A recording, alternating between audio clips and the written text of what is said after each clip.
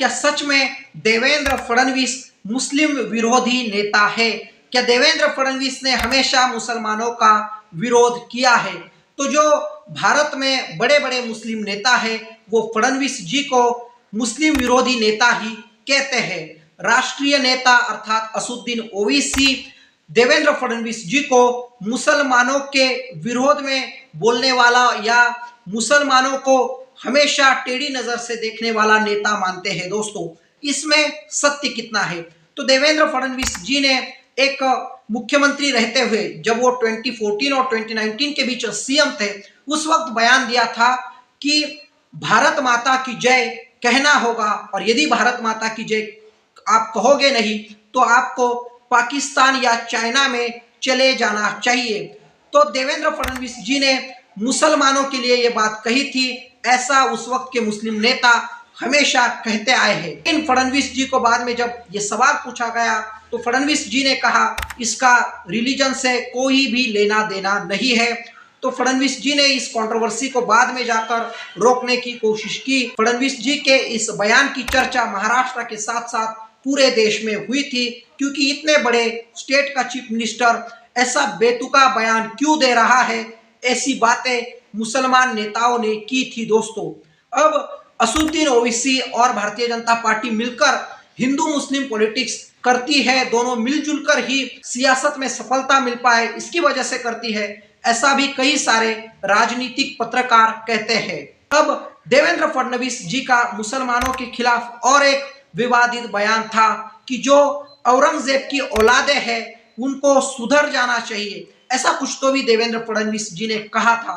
तो औरंगजेब जो थे वो मुगल बादशाह थे। दोस्तों, छत्रपति शिवाजी महाराज वर्सेस औरंगजेब एक बहुत बड़ा इतिहास रहा है दोस्तों, और इसी वजह से हिंदुओं पर जिजिया टैक्स जो था वो औरंगजेब ने लगाया था। इसकी वजह से हिंदुओं का आर्थिक शोषण औरंगजेब ने किया था, ऐसी भी बातें कई सारे इतिहासकार करते हैं। औरंगजेब ने कई सारे हिंदू टेंपल को गिरा दिया था, ये भी बातें औरंगजेब के बारे में इतिहास में होती है, महाराष्ट्र में होती है, पूरे देश में होती है। तो औरंगजेब महाराष्ट्र के भीतर एक कंट्रोवर्शियल व्यक्ति रहे हैं, विवादित व्यक्ति रहे हैं, और देवेंद्र फडणवीस जी का औरंगजेब के बारे में ऐसा कहना, औरंगजेब की औलादे कहना, ये कहीं ना कहीं कंट्रोवर्सी क्रिएट कर गया। ये बयान उन्होंने 2023 में दिया था जब वो महाराष्ट्र के डेप्यूटी चीफ मिनिस्टर थे।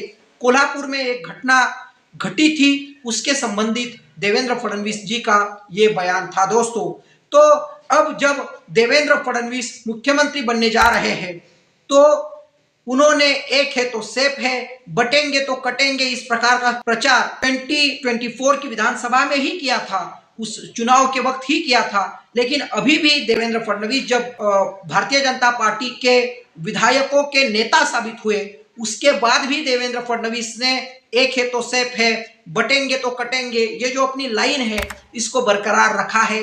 जब उन्हें as a leader of Bharatiya Janata party की जो लेजिस्लेटिव असेंबली है उसका जब उन्हें नेता बनाया गया तो उन्होंने हिंदू मुस्लिम सियासत को कहीं ना कहीं जिंदा रखने का काम किया है, ऐसा ही हमें लगता है दोस्तों। लेकिन जन सामान्य मुसलमानों के हित के लिए देवेंद्र फडणवीस ने कार्य किया है। भारतीय जनता पार्टी कहती है जो लाडली बहन योजना हमने चलाई, Devendra Fadnavis deputy chief minister रहते हुए, वो योजना तो उसका फायदा तो मुस्लिम महिलाओं को भी हो रहा है। जो किसानों के लिए हमने स्कीम चलाई उसका फायदा तो जो मुस्लिम किसान है उन्हें भी हो रहा है। तो आप देवेंद्र फडणवीस जी को मुसलमान विरोधी क्यों कहते हो? मुझे लगता है दोस्तों, एज अ एडमिनिस्ट्रेटर, यानी जब वो सरकार में मुख्यमंत्री रहते हो या फिर एडमिनिस्ट्रेटिव वर्क करते हो, उस वक्त देवेंद्र फडणवीस ने कभी भी हिंदू मुस्लिम डिस्क्रिमिनेशन नहीं किया दोस्तों। As a politician, as a political leader, Devendra Fadnavis ji ने मुसलमानों का खुलेआम विरोध किया है, ये हमें बार बार देखने को मिला है दोस्तों। तो आपको क्या लगता है, क्या सच में देवेंद्र फडणवीस मुस्लिम विरोधी नेता है या मुसलमानों के हितवादी नेता है? मेरा जवाब यही होगा कि देवेंद्र फडणवीस मुसलमानों को विरोध करते हैं जब मुस्लिम नेता ज्यादा उग्र तेवर अपनाते हैं या कुछ टेढ़ा सामाजिक तनाव महाराष्ट्र के भीतर क्रिएट करते हैं, उस वक्त देवेंद्र फडणवीस एग्रेसिवली मुस्लिम नेताओं का विरोध करते हैं, जन सामान्य मुस्लिम व्यक्तियों का विरोध देवेंद्र फडणवीस नहीं करते हैं दोस्तों। तो इसी वजह से देवेंद्र फडणवीस को पूरी तरीके से मुस्लिम विरोधी नेता कहना भी गलत होगा, पूरी तरीके से मुसलमानों का समर्थन करने वाला नेता ये कहना भी गलत होगा। कंडीशन के हिसाब से उनकी जो आइडियोलॉजी है वो मुसलमानों के साथ बदलती है। देवेंद्र फडणवीस हिंदूवादी नेता है, ये ज्यादा हद तक सही है दोस्तों। आरएसएस में पले बड़े हैं, आरएसएस के संस्कार उनके ऊपर है, इसी वजह से आरएसएस की आइडियोलॉजी उनके माइंड में हमेशा रहती है। भारतीय जनता पार्टी भी आरएसएस की आइडियोलॉजी को ध्यान में रखते हुए ही पॉलिटिक्स करती है, तो इसीलिए देवेंद्र फडणवीस को हिंदूवादी नेता कहना सही होगा दोस्तों। तो वीडियो देखने के लिए आप सबका धन्यवाद, और न्यूज़ लेटर इस चैनल को आज तक आपने सब्सक्राइब नहीं किया होगा तो जरूर सब्सक्राइब कीजिएगा, और हमारे आने वाले वीडियो देखना भी मत भूलिएगा। फिर से धन्यवाद दोस्तों।